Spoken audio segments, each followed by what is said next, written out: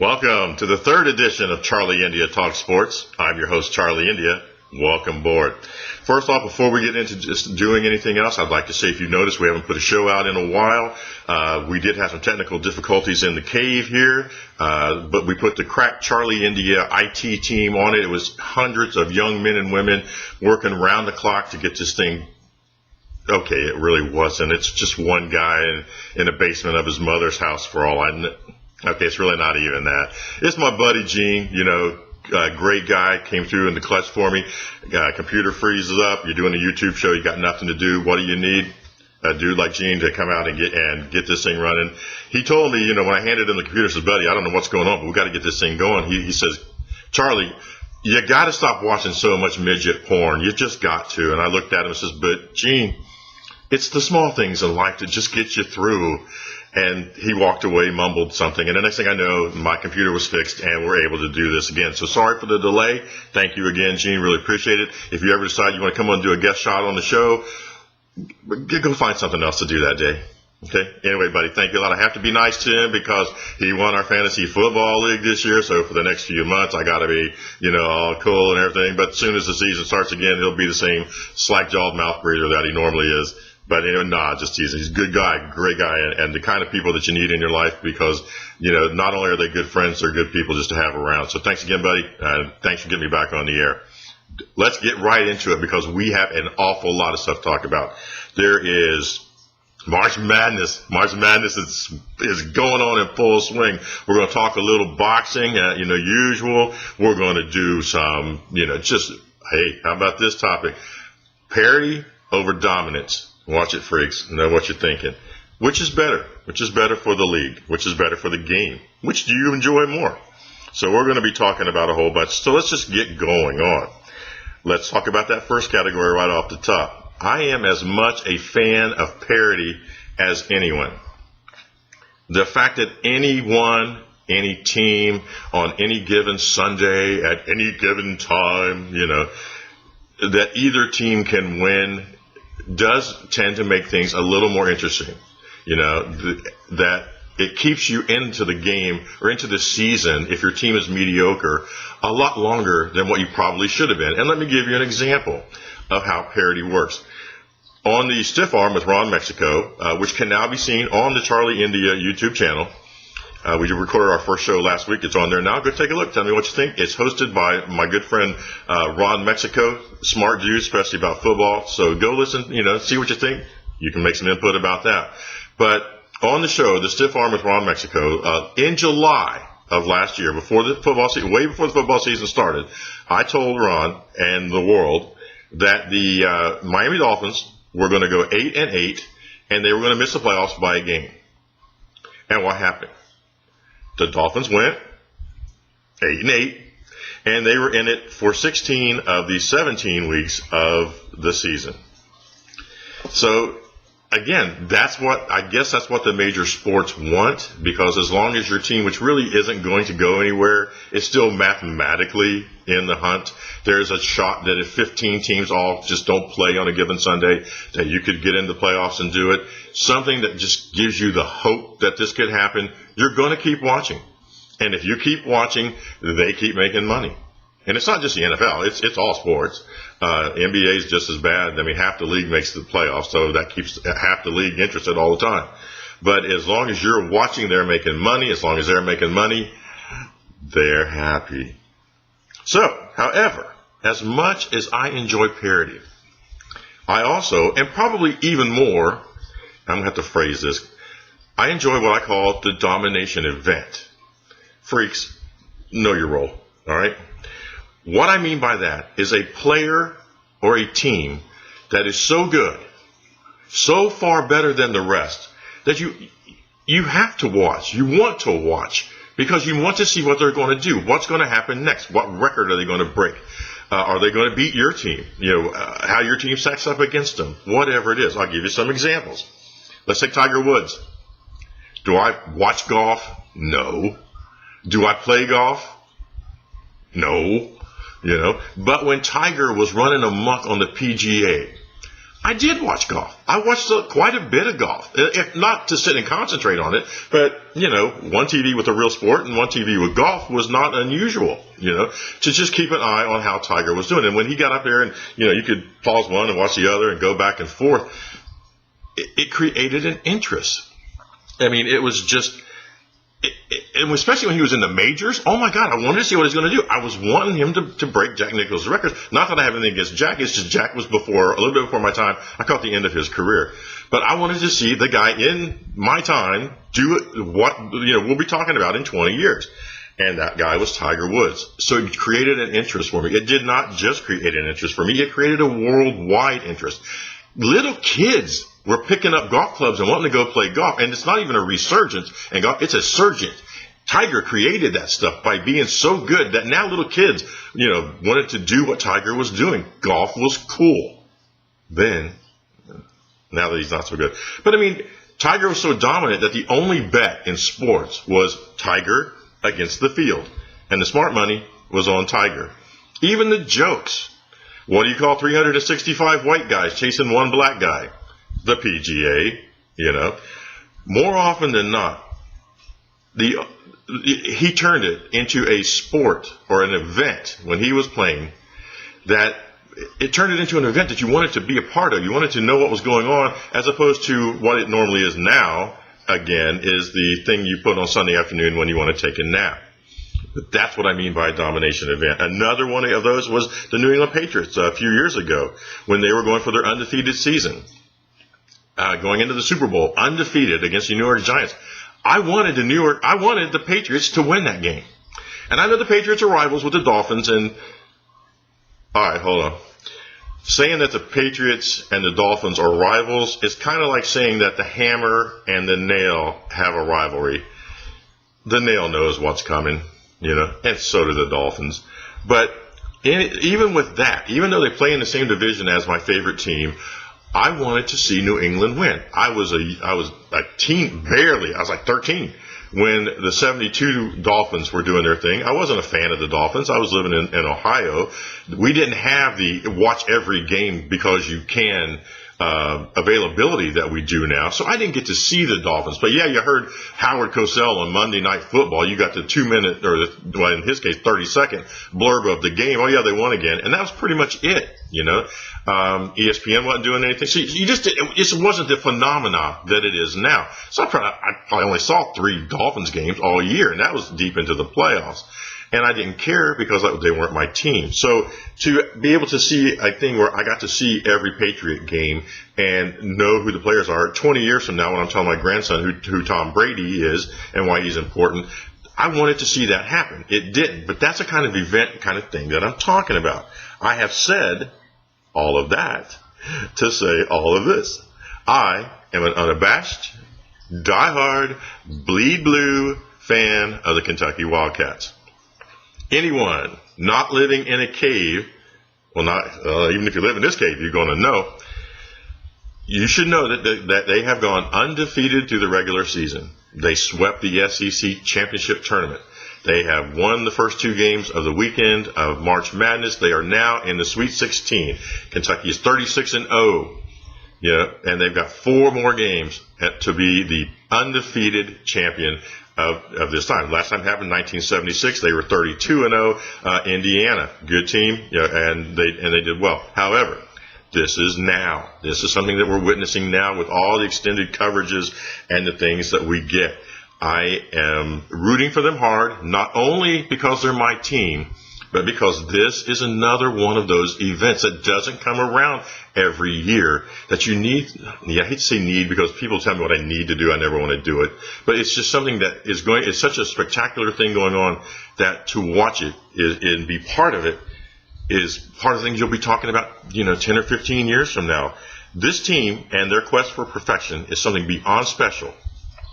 Especially to me because I'm a fan of theirs, but I think it's special to most of the people in the country just so they can say that they saw it. Unless we're sorry, one of the teams that you had to play them. The music for the big dance is already playing, and I'm so excited about this. I can't stand it. Good luck, Wildcats.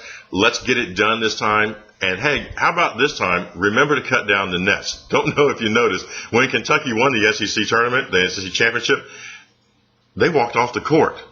And I saw Calipari on an interview right after that, and he said it wasn't anything. It wasn't a mental thing like we're saying, hey, this doesn't matter. Or it wasn't that kind of thing. They had a plane to catch, and they just forgot. They didn't even think about it. So nobody cut down the nets on the SEC championship. So guys, when you win this thing, take some time out.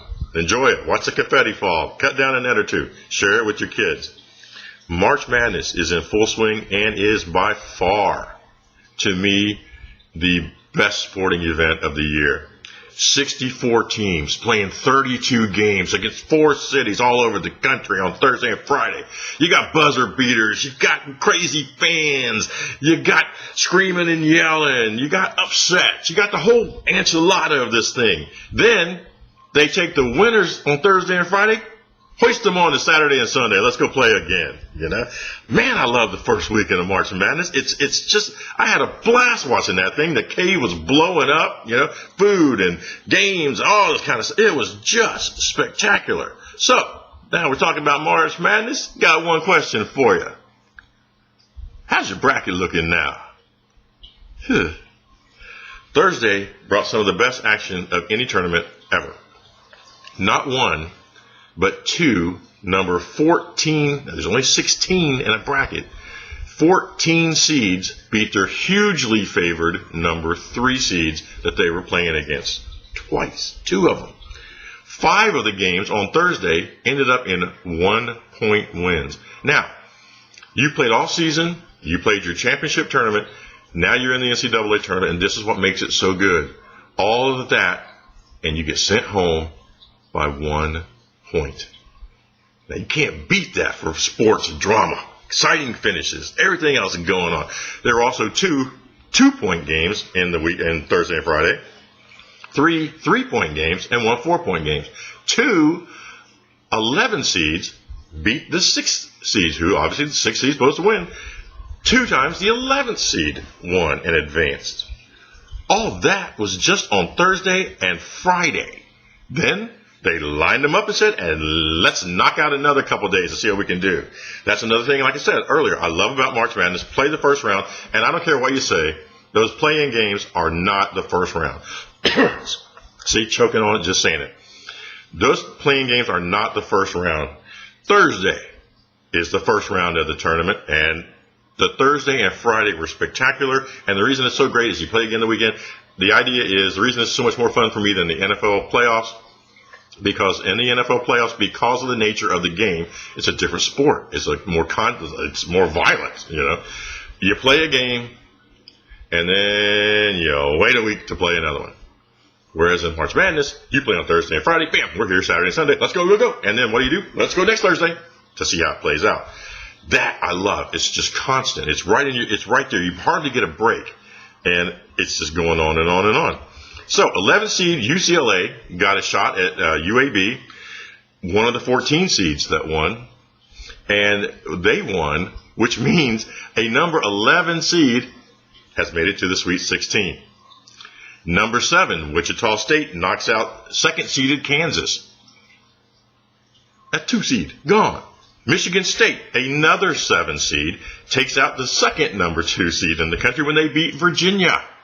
And keep in mind, just a reminder, Virginia was the number 2 team in the country for most of the year. They had a little slide at the end, which got them into a number 2 seed instead of a number 1. But even then, people were still thinking they had a shot at a number 1 seed. So now you've got these 2 great teams that are gone.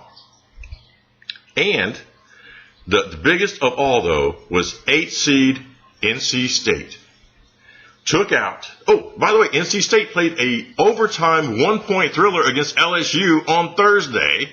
They turned around on Saturday, and they took on and took out number 1 seed Villanova. Now 1 seed's gone. Now I gotta admit, I've never seen Villanova play all year, but they were a number 1 seed for a reason. They were a good team. So now, so to recap, a number 1 seed, gone. 2 number 2 seeds are watching from home, just like Charlie. 2 number 3 seeds are trying to figure out what the heck happened. and a number 11 seed has made it into the Sweet 16. You just got to love that. No other sport has anything like this, and we still have 2 more weekends to go. Now, I'm not going to sit here and break down games and all that kind of stuff, because if you care at all, there's talking heads all over the place that are going to tell you who you should pick and what you should do and how you restart your bracket and all that kind of stuff. You guys do that on your own. But I'm going to tell you this. Keep an eye on Michigan State. Keep an eye on Wisconsin and Duke. But put your money on Kentucky, if that was legal and you can do stuff like that. There's one more signature thing about the tournament that I enjoy no matter who wins. Except for last year when Kentucky lost in the championship game. I missed it. It's at the end of the tournament, it's a highlight reel.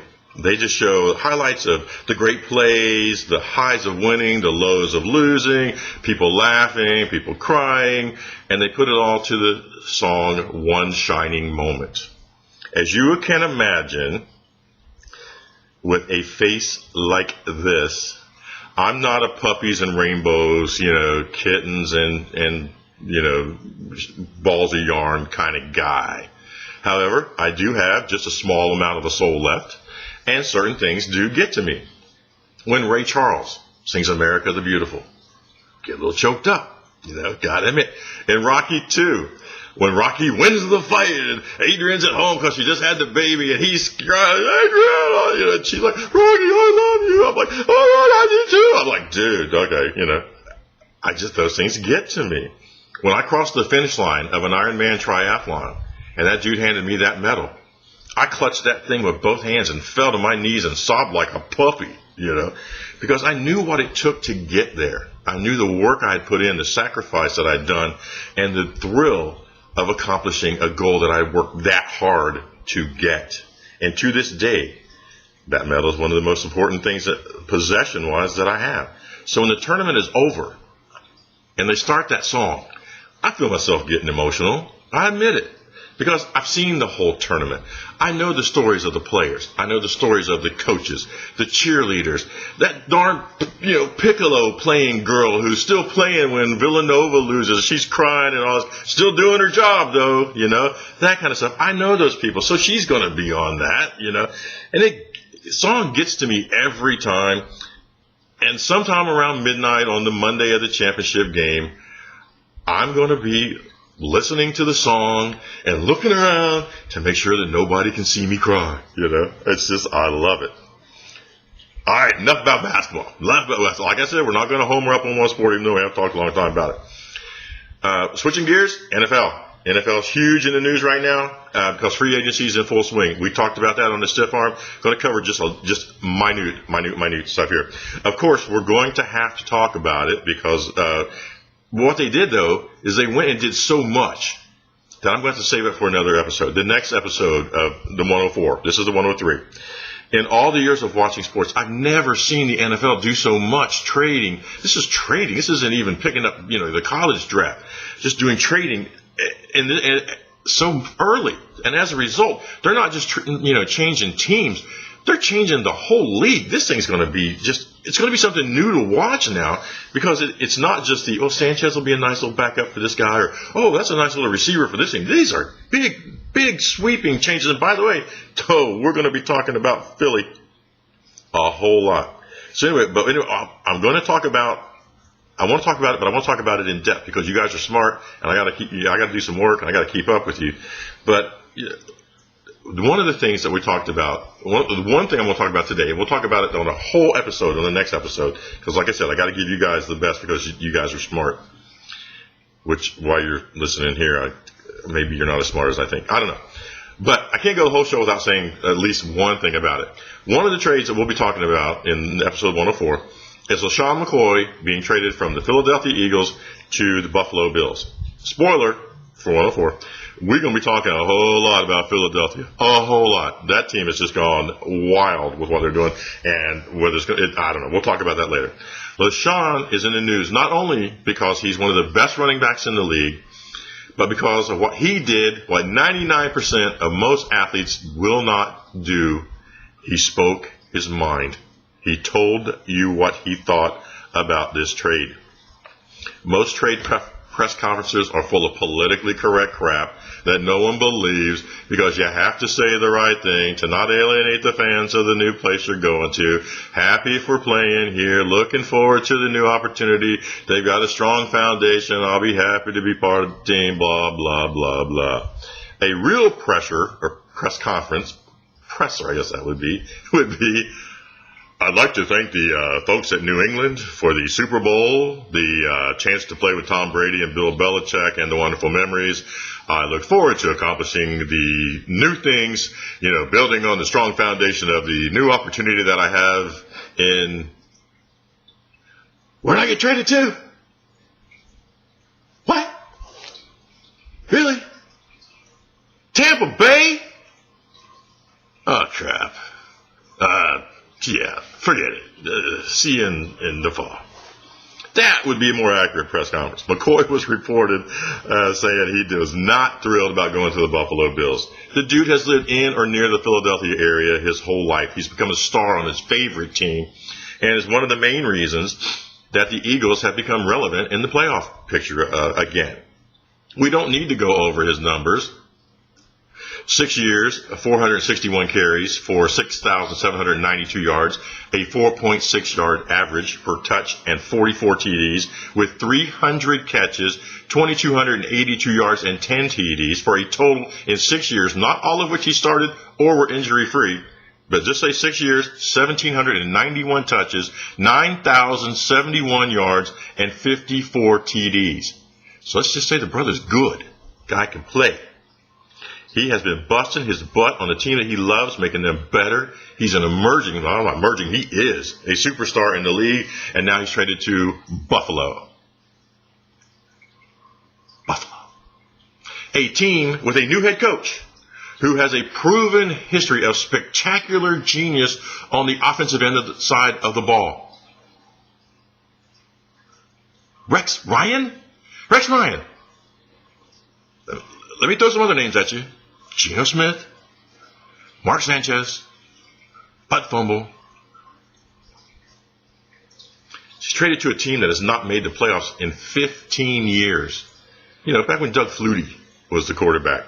Now sometimes, guys, I got to give you something personal about the show, which I hope makes it a little more personal to you. Sometimes as a joke, or I make a joke to make a point, I embellish the story a little bit. Look, you haven't done anything in 1,000 years. Okay, obviously they've done something in 1,000 years. But sometimes things are so hilarious, I just can't make them up. And this really happened. I know you guys think that I know all this stuff off the top of my head because the presentation is so smooth. Yeah. But believe it or not, I do a lot of research for these shows. So to back up the story on how bad the Bills, because again, don't come at me weak. If you say something, be able to back it up. To do the research on how bad the Bills have been, I did a Google search, and I used these words: Buffalo Bills playoff history.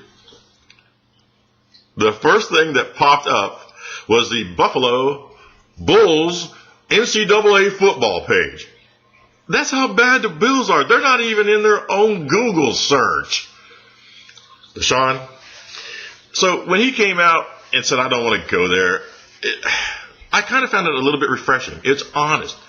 And I applaud him for saying it because it was on his mind. It wasn't bad. It wasn't, kill Whitey or none of this kind of stuff. It was just, I don't really want to go there, Got it. Now let me say this. LaShawn McCoy is going to go to the Bills. He is going to make them a much better team than they were last year, although they have the same chances of making the playoffs next year as they did last year until Belichick and Brady die. All right? He's going to bust his butt there, and the Bills are lucky to have him. This guy's a great, great player. But I did find it refreshing just that he had the balls to say what was really on his mind, and sports would be more entertaining if other athletes would do the same thing. We got to be just a little less politically correct, but still not off the hook. Now, not that I ever need anyone to agree with me or back me up, because, I am Charlie India, right? But every once in a while, it is nice to have someone whose opinion who matters more than yours, just everybody, agree with you. Manny Pacquiao was on the ESPN show First Take with Stephen A. Smith, Skip Bayless, and Kerry Champion. Now, and he was talking about the fight. Now, once the fight has been signed, the dotted lines, T's and I's are all crossed and dotted. Anything after that, all the talking after that is just that. It's just talking. On the show, Manny said he is going to not only fight, he is going to knock out Floyd Mayweather because Floyd is bad for boxing. I said the same thing on the very first Charlie India Talk Sports show. Mayweather is why I don't buy pay-per-view boxing anymore, and I won't even buy this one. Now, is Pacquiao going to knock Mayweather out? I hope so, but I don't think so. Will he even win the fight? I hope so, but I don't think so. All I really want is a good fight. And by that, I mean a fight. So, throw some punches. And I think Pacquiao's going to, and I think Mayweather's not. NBC is trying something special to generate interest in boxing, and I applaud them for it. A couple of Saturdays ago, they ran the first of what they said will be 20 boxing shows on NBC. And I think they call it PBC on NBC. I could be wrong about that. It's on a Saturday night. If it's a big boxing show, it'll be, and whatever the name of it is. The idea behind it is they're thinking, and they're correct, is that part of the decline of boxing is that it's so hard to find it. If you don't have HBO or Showtime, I don't think Stars does it, but if you don't have some pay-per-view, or some extra pay channel, it's hard to find good boxing. You have Friday night fights on ESPN, and I love ESPN, but guys, if you want to see, you can just go to a sports bar, to a biker bar on Saturday night and see better fights than you're going to see on Friday night fights. But NBC, they kind of grilled up the show because it's 2.5 hours and they only have two matches in it. But they give all kinds of background on the boxers and their families and the struggles they had to do to get where they're going, which I mostly fast forward right through because all I really want to see are the fights. This show had 2 matches, but only 1 fight. We're not even going to mention the first one. It was that bad. Not NBC's fault. Just found one guy doesn't want to fight and another guy that couldn't. But in the second fight, and I apologize again if I get the names wrong, I believe their names were Thurman and Guerrero. There was good action all the way through the fight, and especially in the early rounds. And in the 10th, finally the moment of sports that just generates all kinds of interest and thrill for me. Guerrero got knocked down. And when I say knocked down, I mean knocked down. All right? However, Guerrero managed to get back to his feet. And just before the count of 10, this is where the drama of sports comes into play. Not only did Guerrero get to his feet, he dug deep inside it. He fought. And he fought as hard as he could fight, for the rest of that round. This is why I like boxing and love sports. All the stories of the families and stuff. Now, Guerrero's wife is a cancer survivor who, God bless, has been cancer-free for 5 years, and I wish her nothing but a long, healthy, beautiful life, But the thrill of the show, the thrill of the sport came when Guerrero got up after being knocked down and on nothing but heart and guts, kept fighting for all he was worth. He lost the fight, but it wasn't because he didn't have the heart. It wasn't because he didn't have the desire. It wasn't because he wasn't working as hard as he could. The guy, somebody's going to lose. And this guy that he was fighting just won the fight, because he was better. But that's what sports is about. What happens when you get down? What happens when you're challenged? How do you respond to that? It's easy when it's easy. What happens when it's not easy? That's why I love sports, and that's why I get so excited about it. So anyway, I'm anxious to see how this works for NBC. I hope it does well. I'll be watching next month, but on another good show, I'll talk about it again, especially if it's a good one. All right. This is going to wrap up episode 3. Remember, I told you episode 4 is going to be a football episode. You can contact me at charlie.india@yahoo.com. Go to the channel. Subscribe to this bad boy if you'd like. It's a thrill to have you on board. Every time I look on there and there's like one more of you. I'm getting a whole zillion people watching this thing. It's just fun that I'm doing this and getting to share it with you. And if you want to be part of it, contact me at charlie.india@yahoo.com. The stiff arm is also on the Charlie India channel. I enjoy doing this. This is a great time for me because March Madness is in full swing. Got games starting in 24 hours. There'll be more basketball coming on. Kentucky will be playing tomorrow for me. It's going to be great. I love it. Thank you guys for being here. Thank you for being part of this. And let me say, this is just one more. We're going to be doing a bunch of these. Love it. This is Charlie India saying, Go Cats!